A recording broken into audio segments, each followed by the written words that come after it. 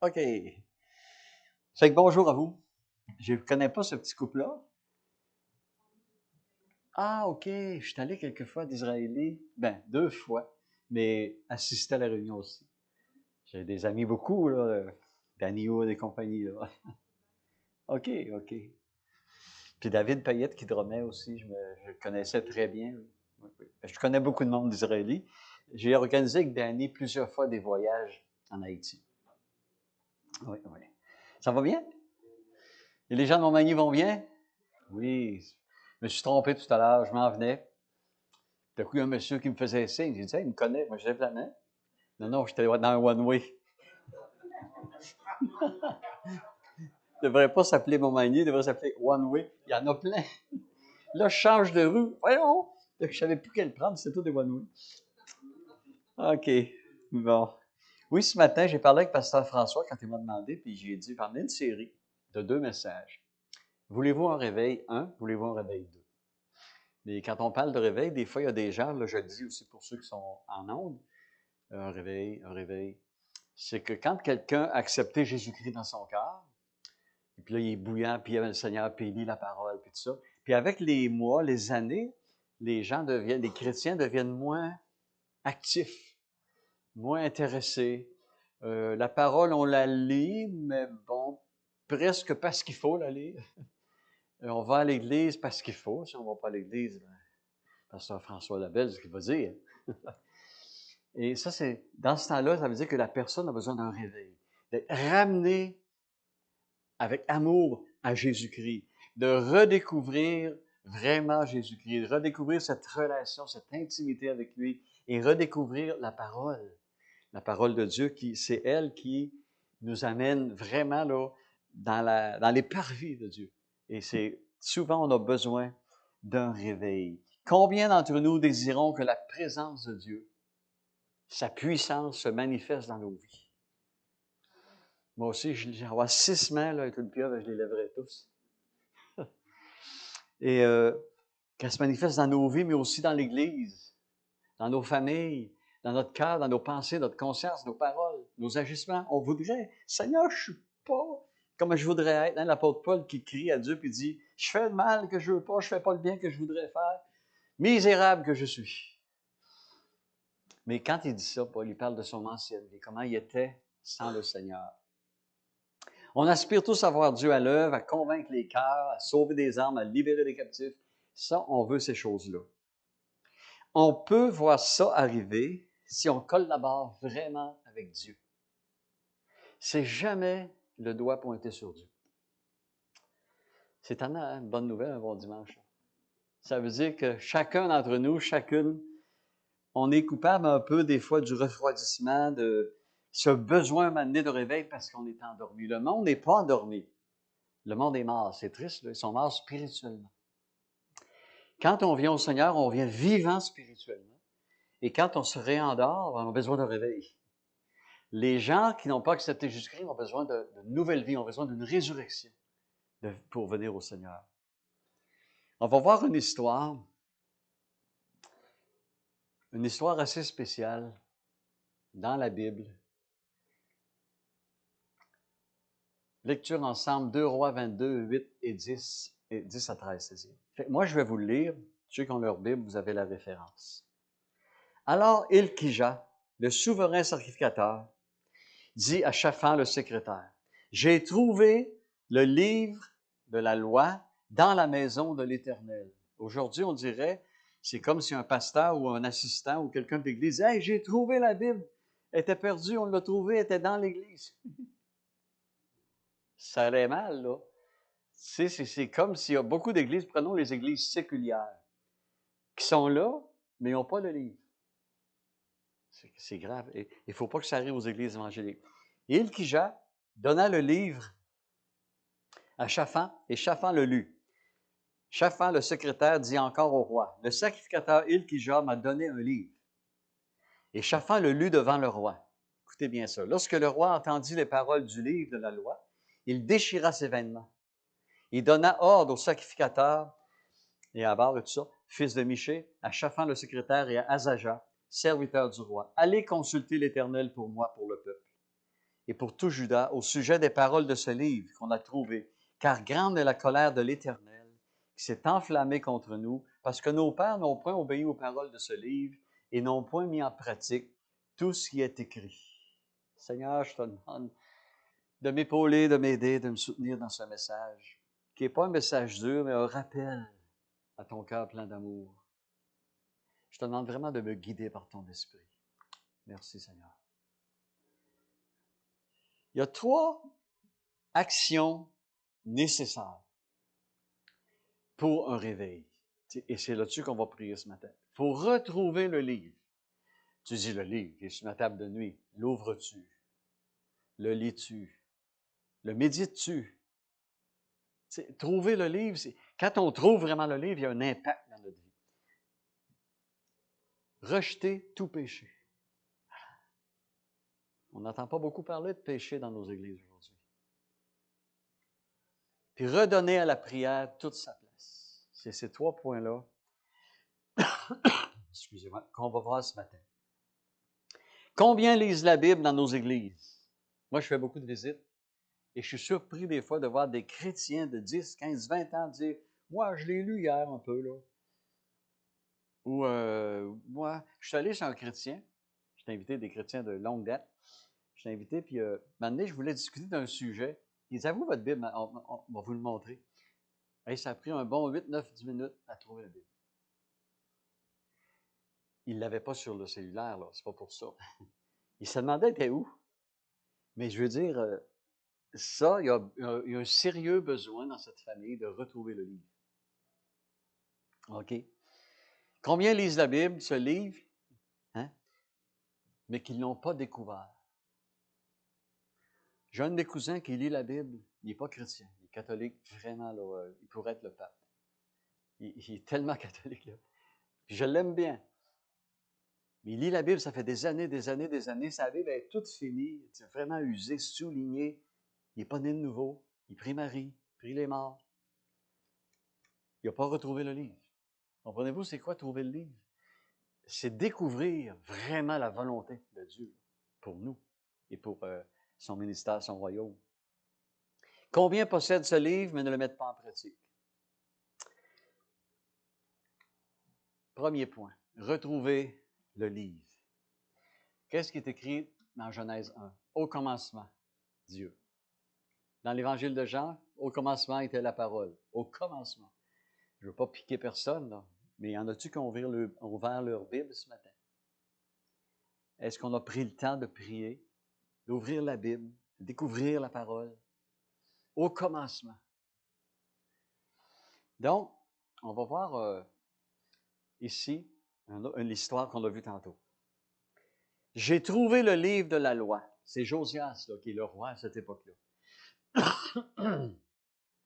Où j'ai trouvé le livre de la loi? Dans la maison de l'Éternel. Ça veut dire qu'il allait au temple, mais Dieu n'était pas là. Il allait à l'église, mais ce n'est pas la parole vraiment qui était prêchée. On pourrait dire ça aujourd'hui, en 2021.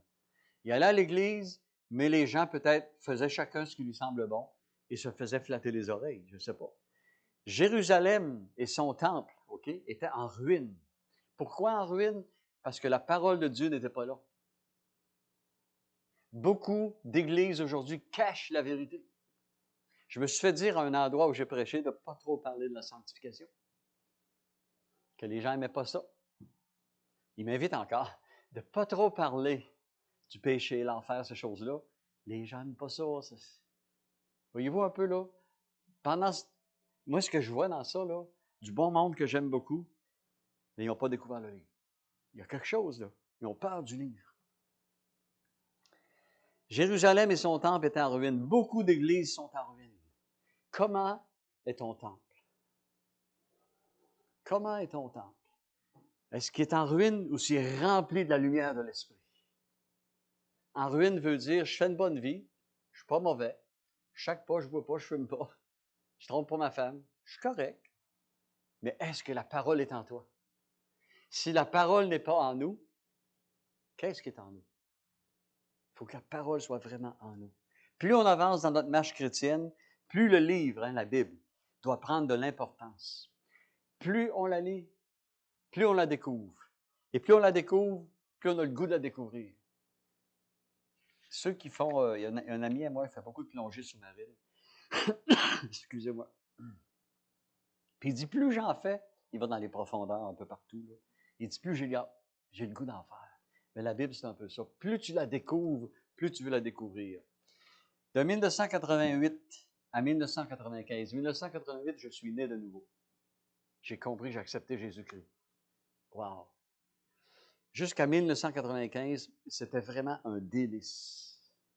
Et après ça, pendant ce temps-là, j'ai pris 7 années de cours bibliques. Parce que je voulais vraiment découvrir le livre. 1995, j'ai été malade 3 ans. Malade de quoi? Des fois, c'est gênant à dire, mais moi, j'ai pas peur de ça. J'ai fait une dépression tellement profonde que j'étais des mois sans pouvoir presque marcher. Et je l'ai passé seul chez nous. J'ai jamais été à l'hôpital. Mon médecin m'a donné quelque chose pour dormir un peu, mais non, j'ai jamais... Il me disait, si David l'a passé, si Jérémie l'a passé, si Élie l'a passé, Seigneur, tu vas me le faire passer. 18 mois. J'ai trouvé ça horrible, horrible, horrible, horrible. J'étais pas capable, quand je mangeais, ma cuillère arrivait vide dans la bouche. Ça vous donne une idée, là, C'était horrible. Mais, j'ai jamais abandonné. Je passais 3, 4, 5 et 6 heures, dépendamment de ma capacité, à lire la parole, à méditer les psaumes, à supplier Dieu d'intervenir. Touche mon âme, relève mon esprit, Jésus. Puis, c'est tout ce qui me restait. Parfois, à terre, plus capable de me relever. J'avais envie d'appeler mon frère qui était voisin. Viens m'aider à aller me coucher. 18 mois. Pardon, ça c'est la deuxième. La première, 30 mois. Mais ça m'a aidé beaucoup, beaucoup de rester dans la parole. Pendant ce moment-là, le livre est devenu comme un puits où je pouvais puiser des passages bibliques, des psaumes, des paroles de Jésus, des paroles du Maître qui me fortifiaient. Jamais, merci Seigneur, que j'ai fermé le livre ou perdu le livre dans ma maison. J'avais besoin de ça. J'avais tellement besoin. Alors, étant à nouveau malade en 2018, 2018 a été une année de fin 17 jusqu'à début du 19. On m'a annoncé un cancer. Après ça, un autre cancer. Okay? Après ça, j'ai tombé en dépression encore 14 mois, au même niveau qu'en 95. Mais jamais j'ai fermé le livre. Il me restait le livre. Enlève-moi tout quand on dit, moi, j'ai décidé. Tu prends tout, mais laisse-moi Jésus. On dit ça dans le chant. Tu peux tout prendre, Seigneur, mais laisse-moi ta parole. Laisse-moi Jésus. Et je l'ai tellement lu que dans mon cœur, il y a des, comme Isaïe 53, je cite par cœur, 1 Timothée 2, 4, 5, je les lis. Ça vient en toi. Et c'était mon meilleur médicament pour le moral, qui m'a sorti de là. Beaucoup, lorsqu'ils sont malades, punissent Dieu. Dans le sens que, moi, je l'ai plus. C'est ça, je vais à l'église, je fais mon possible, me semble, je tombe tout le temps malade, je ne veux plus rien. Non, chalez-moi plus. Ils punissent Dieu dans un sens. Beaucoup, lorsqu'ils sont malades ou qu'ils passent des temps difficiles, baissent les bras, ne lisent presque plus, ou encore plus du tout. Redécouvre le livre. S'il y a des gens qui m'entendent à la télévision, n'importe où sur Internet, redécouvre le livre. Redécouvre le livre. Dieu va agir par sa parole en toi. Donc, si on veut qu'il agisse en nous, il faut que sa parole soit en nous, il ne faut pas la délaisser. Il y a un contrat, imaginez un contrat, et Dieu a sa part, tu as ta part. Et on va voir c'est quoi ta part. Ça me saute aux yeux. Ma part au Éternel, je le dis, c'est de garder tes paroles. Ça, c'est la part du contrat. Ma part au Éternel, psaume 119, 57, c'est de garder ta parole. Et comment j'ai dit, Seigneur, aide-moi à ne pas abandonner, aide-moi à ne pas me laisser emmener dans un... tout vouloir laisser. Je veux garder ta parole. Je vais respecter ma part de contrat. Et je suis convaincu, Seigneur, tu vas respecter la sienne. Il l'a respecté. Ça a été long, pénible. J'ai jamais autant compris David dans toutes ses psaumes. Mon âme, Jésus, quand il dit, mon âme est triste à la mort. Élie qui voulait mourir. Vous savez qu'Élie a fait une tentative de suicide. Je ne sais pas si vous avez déjà remarqué ça. Quand il s'en allait dans le désert, n'y avait pas de nourriture, rien. Là. Il s'en allait là pourquoi? Prends ma vie, je ne vaux pas mieux que mes pères. Il allait mourir. C'est comme aujourd'hui, la roulette russe. Donc, il était découragé. Jérémie, dans le fond d'un puits, les puits étaient faits comme une cloche. Il ne pouvait pas grimper et sortir parce qu'à un moment donné, il se retrouvait sur le dos. C'était impossible. C'était de la boîte froide. Il était découragé. Prends ma vie, prends ma vie. Il criait à Dieu, prends ma vie. 5 à 6 heures par jour, je vous le dis, là, que je passais avec Dieu. Le peuple du temps des rois avait délaissé la parole. Le livre. Le peuple se fiait aux prophètes. Le peuple se fiait aux rois. Et souvent, les rois étaient méchants. Aujourd'hui, on se fie à quoi? Pense à cela, là, tous ceux qui écoutent. Ah, j'ai écouté une capsule à la TV. C'est bon, continue. J'ai écouté une bonne prêche, là. Wow! Hey, j'ai écouté un temps de louange de 45 minutes. Wow! Puis, hey, j'ai entendu un tel, puis une prédication. Tout ça est bon. Mais toi, puises-tu dans la parole? Toi, vas-tu chercher toi-même ou si tu te fies à ce que les autres vont chercher puis tu ne l'as pas? C'est nous qui devons travailler. C'est nous, personnellement, qui devons découvrir le livre le plus possible. Tout ce qu'on écoute est bon. Parfois, il faut le filtrer. Mais je veux dire, se nourrir de la prédication, plein de choses, c'est bon de la louange. Quand il y a un bon groupe à la télévision, peu importe. Mais toi, est-ce que tu trouves le livre? Est-ce que tu y vas? Excusez. En Israël, il y avait beaucoup de méchants rois. Manassé, Akab, Saül, Joram, on pourrait en nommer d'autres. Et le livre était ignoré par la plupart de ces rois. C'est grave. Est-ce que tu te nourris seulement, comme j'ai dit tantôt, de ce que les autres ont préparé? C'est comme une maman qui achèterait toujours la nourriture déjà faite, déjà préparée. Mais est-ce qu'elle cuisine, elle? C'est un peu ça. Est-ce que toi, tu cuisines dans la parole de Dieu? Est-ce que tu puises toi-même la nourriture de ton âme dans le livre? L'ouvres-tu? Où est ta Bible? Dans tes mains? Super. Sur une table chez vous? C'est bien. Dans un tiroir? Sur la table de nuit? L'ouvres-tu? La lis-tu? La médites-tu? La comprends-tu? La laisses-tu te transformer? C'est tout ça. C'est tout ça, un point qui apporte un réveil dans une église. Pour que le livre ne soit pas ignoré, délaissé ou même perdu, il doit être où? Dans ton cœur. Comme la nourriture dans l'estomac, c'est bon d'avoir une bonne pomme, puis tu as faim, là. Puis il y a une bouteille d'eau, puis tu as soif. Mais ça ne sert à rien si tu ne le manges pas. Il faut manger la parole. Il faut manger la parole. La réforme sous Josias, puis plus tard, on va voir, ça ne sera pas trop long, celle d'Esdras, Néhémie, tout ça, et d'autres, ils ont tous commencé comment? Le retour à la parole. Ils ont ouvert le livre. Les grands réveils, que ce soit au 16e siècle ou au 17e siècle, quand on pense à Martin Luther qui a affiché 95 déclarations des thèses sur l'Église en Allemagne pour réveiller l'Église catholique, c'était un retour à la parole. Et ça a toujours été la même chose. Les Wesley, les Finney, les Guillaume de Farel, c'était toujours un retour à la parole. Tous ces réveils ont débuté par le retour à la parole. Le livre fut découvert dans l'histoire qu'on a lue. Sa lecture, le roi Josias a déchiré ses vêtements. 2 Rois 22, 11. Est-ce qu'on déchire nos cœurs? Tu arrives dans la parole, puis ça dit de ne pas dire de médisance. Puis tu sors du restaurant, puis tu dis, mais j'ai parlé d'un tel tout le long du repas. Est-ce que ça déchire ton cœur? C'est ça, découvrir la parole. Tu te rends compte qu'il y a des pensées toujours qui viennent là, de vengeance ou encore d'impureté. Et puis, tu mijotes ça, puis attends un peu, là, tu découvres dans la parole que ces choses-là ne plaisent pas à Dieu. Est-ce que ça déchire ton cœur? C'est ça, découvrir la parole. Est-ce que tu mens? C'est le temps de... Ben là, c'est fini, mais quand il y a eu les rapports d'impôts, est-ce qu'on a été honnête?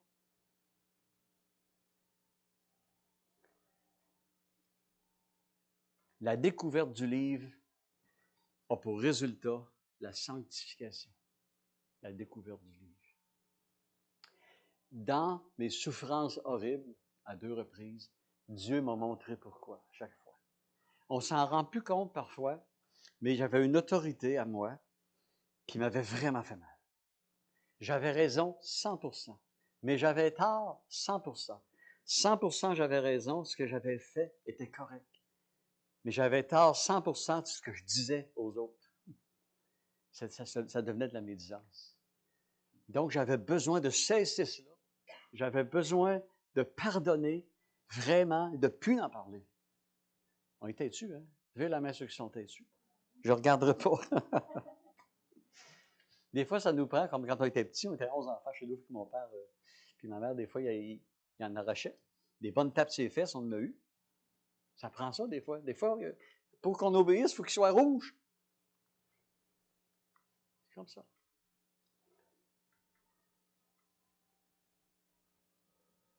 Oh, comment ça que j'avais des versets là?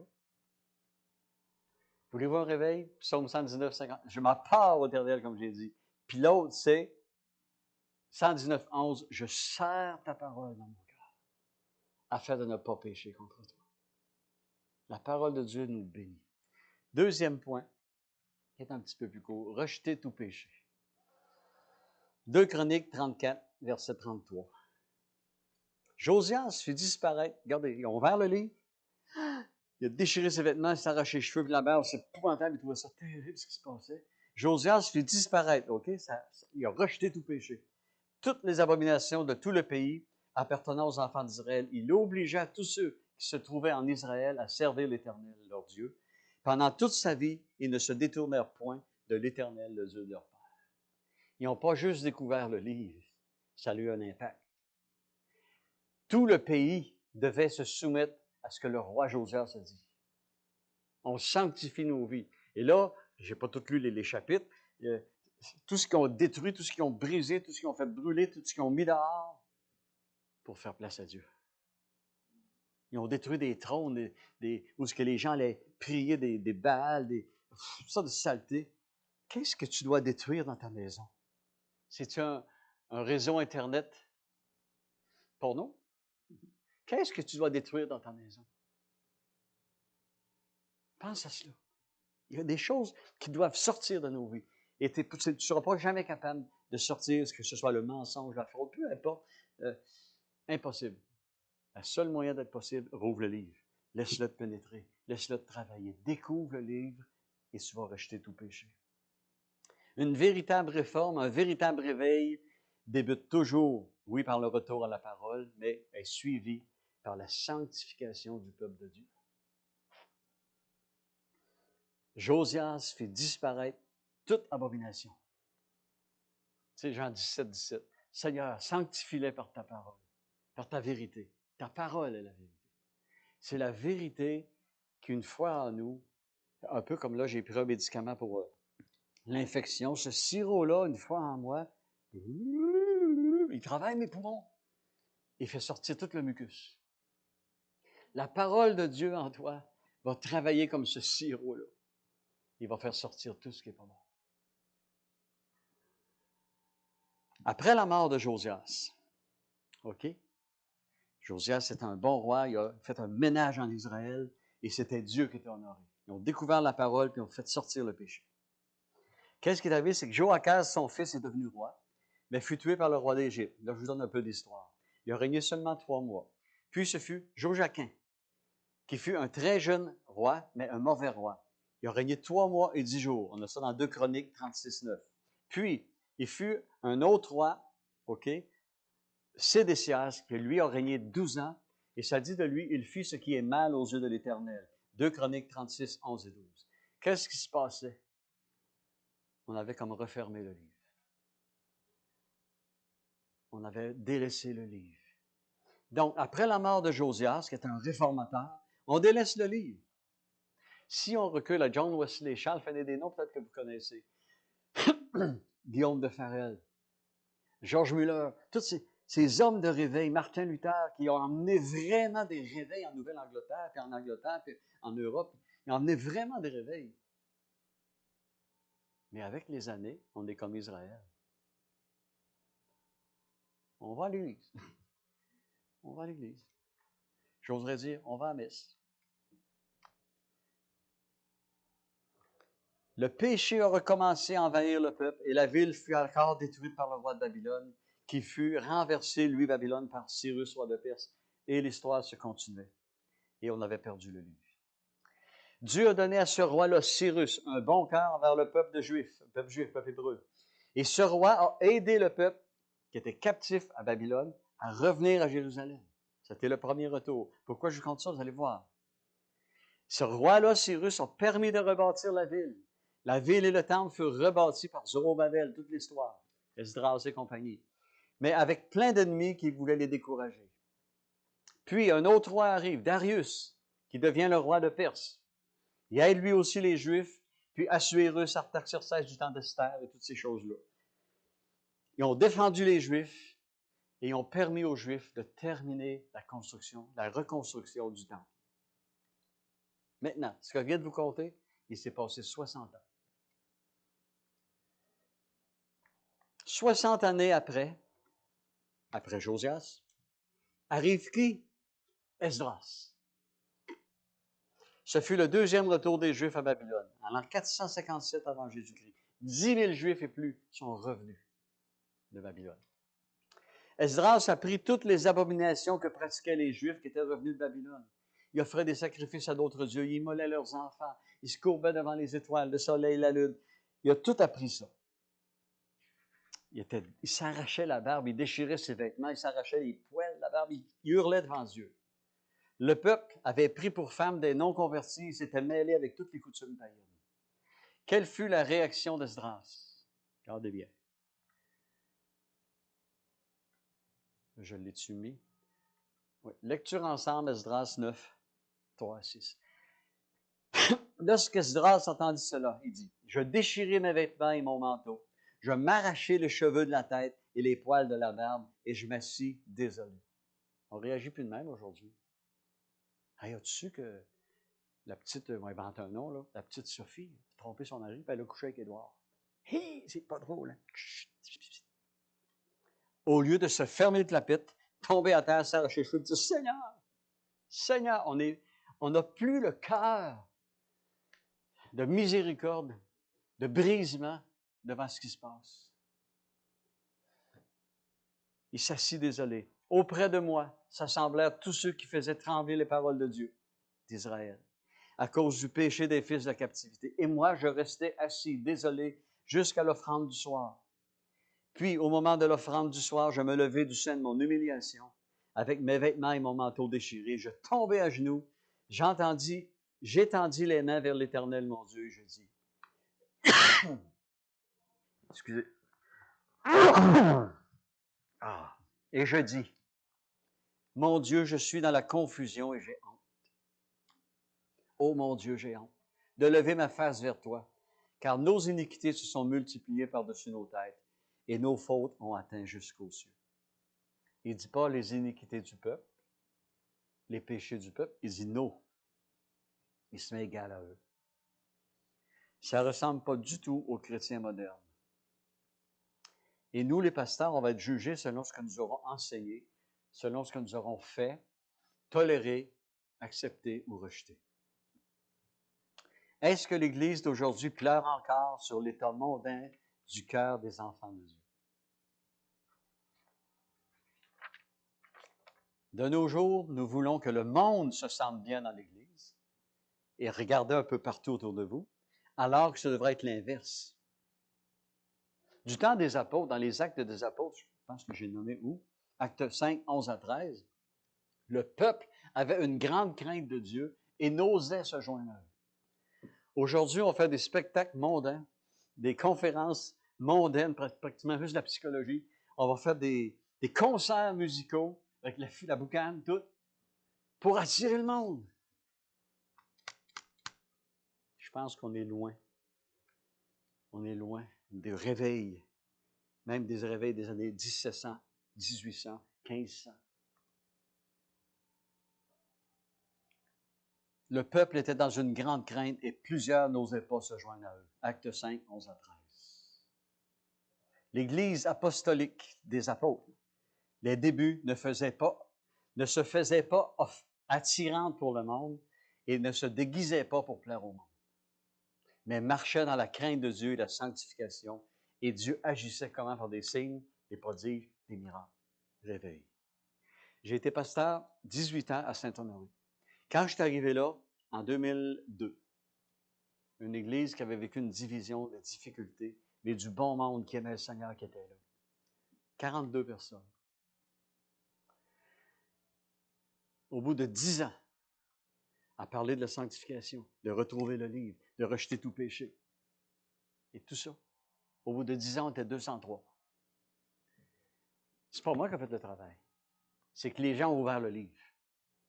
Ils ont laissé le livre les transformer. Ça les a excités au point tel qu'ils témoignaient puis qu'ils témoignaient partout. Puis à chaque dimanche, arrivaient des nouveaux, puis je voyais ça grandir, grandir. 2 à 3 baptêmes d'eau par année. Des baptêmes du Saint-Esprit à profusion. Une jeunesse qui avait 2 jeunes dans l'église, ils se sont ramassés 38. Il y a des choses qui... C'est pas moi. C'est les gens qui ont accepté. Il nous faut vraiment redécouvrir le livre. Pendant qu'Esdras, pleurant et prosterné devant la maison de Dieu, faisait cette prière et cette confession qu'on a lue, il s'était rassemblé auprès de lui une foule très nombreuse des gens d'Israël, hommes, femmes et enfants, et le peuple répandait d'abondantes larmes. Ce monde-là, il ne s'était pas fait flatter. Et il s'est assemblé autour d'Esdras, une foule nombreuse, hommes, femmes, enfants. Le peuple répandait des larmes. Moi, je le prêche parce que je l'ai vu. J'ai même vu des gens se lever dans l'église. Pasteur, je ne peux pas prendre ça seul parce que j'avais envie de dire, ce que tu comptes là, dis-le pas. Les gens disaient leur faute. J'ai jamais demandé ça, mais c'est la présence de Dieu. Les gens découvraient le livre, puis là, ils étaient tellement convaincus.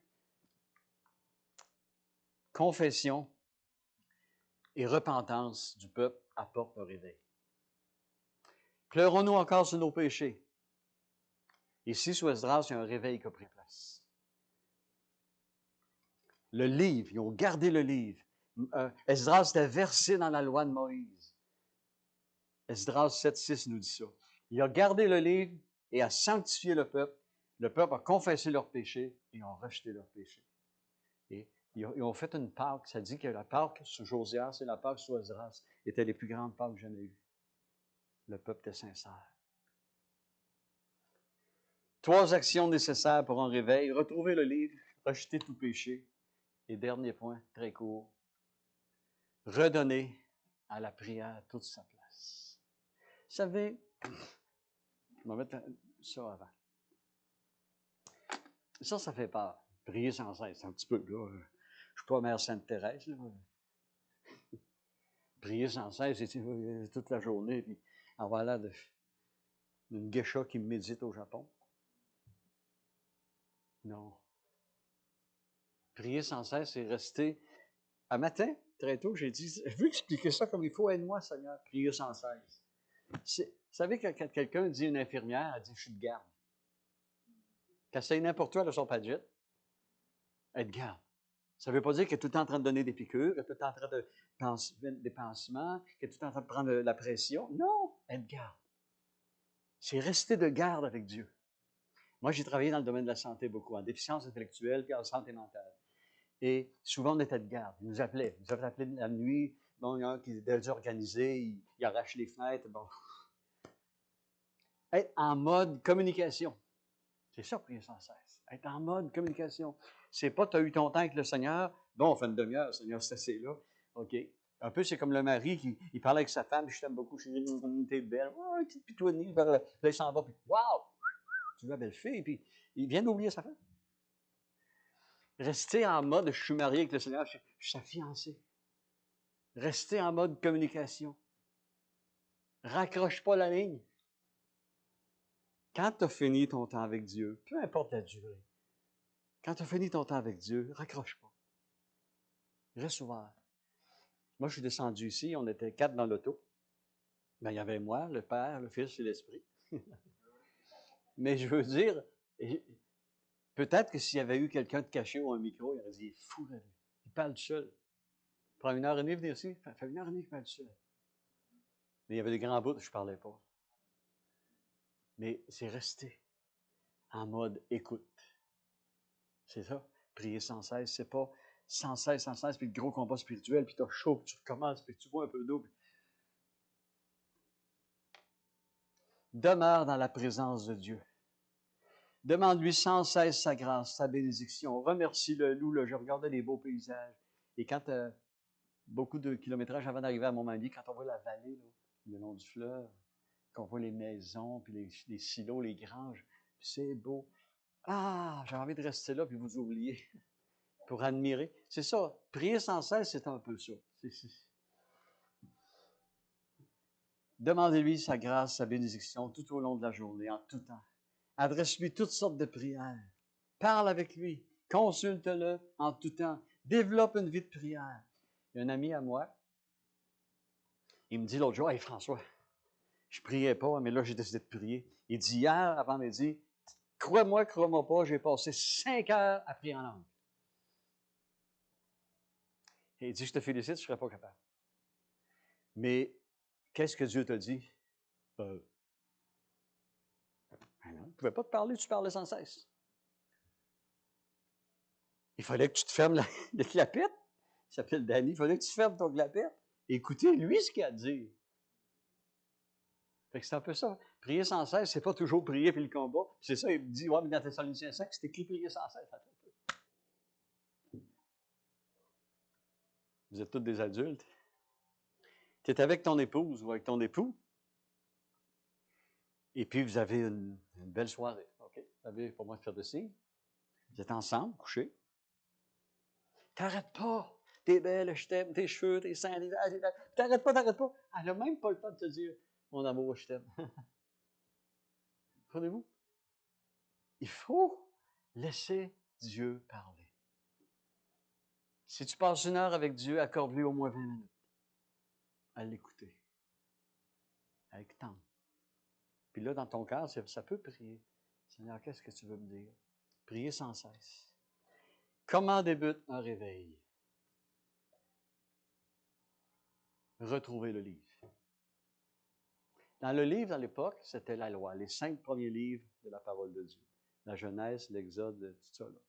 Deutéronome et tout. Donc, retrouve le livre. Considère combien de temps passes-tu dans le livre, comparé à les réseaux sociaux, comparé au feu de l'amour. Ça existe encore, ça? Oui. Ah oui, qui a dit oui, qui a dit oui? Christian écoute les feux d'amour. Non, je t'agace, là. Mais, ou encore, je ne me souviens pas. Moi, je travaillais avec 5 femmes, OK? Puis avec des handicapés, la déficience et tout ça. Puis vite, ils mettaient, dans le temps, c'était des grosses cassettes VHS, puis ils enregistraient les feux de l'amour, ils enregistraient Dynastie, ils enregistraient tout ça. C'est pour ça que je sais pas mal les titres. Rejeter tout péché, quel qu'il soit. Demande à Dieu, qu'est-ce que tu n'aimes pas dans ma vie? Excusez. Rejeter tout péché. Demande-lui. Et redonne place à la prière. La première place. Tu vas vivre personnellement un réveil. J'ai jamais été endormi. Mais tu pas que vous l'êtes, je vous connais pas. Malgré les épreuves. Quand ils m'ont dit cancer de la prostate. Oh! Ah oui! J'ai plus rien. J'ai dit à Dieu, ça me sert à rien, je suis seul, je vis seul, moi. Mais je veux dire, je veux pas de cancer, là. Ça finit toujours, ça généralise. Puis 6 mois après, cancer de la peau, 28 points de suture. Ils ont enlevé des ganglions. Puis l'infirmière, pour me rassurer, elle dit, Monsieur Doyon, inquiétez-vous pas, on va vous suivre jusqu'à la fin. C'est jusqu'à la fin que j'ai pas aimé. OK, ça, j'ai pas aimé ça. Mais Dr Claveau, à l'Hôtel Dieu de Québec, m'a dit dernièrement, dernier rendez-vous au mois d'avril, on se verra plus. Vous n'avez plus rien. J'ai jamais pris de traitement, aucun médicament. Excusez, fatigue, ça vous fatigue, mais pas comme moi. Fait que Seigneur, je laisse cette belle église devant toi, dans tes mains. Aide-nous tous à ne jamais fermer le livre. Aide-nous, Seigneur, qu'on garde toujours le livre ouvert. Aide-nous, fais-nous comme le ménage du printemps dans nos vies, Seigneur. Qu'est-ce que tu veux qu'on délaisse? Qu'est-ce que tu veux qu'on cesse de regarder, d'écouter, qu'on le fasse? Et Seigneur, qu'on puisse accorder du temps à notre Dieu, dans une communion, dans une prière, dans une écoute, qu'on redonne à la prière sa vraie place. Que cette Église soit bénie, qu'elle soit sous le regard de Dieu. Et merci, Seigneur. Merci pour ta parole. Merci pour ta parole. J'ai prié dans le nom de Jésus. Amen. Soyez bénis. Bon retour à la maison. La suite la semaine prochaine. Il est beaucoup plus dur. Non, non. Non. Il est un peu plus court, mais il parle. Soyez bénis.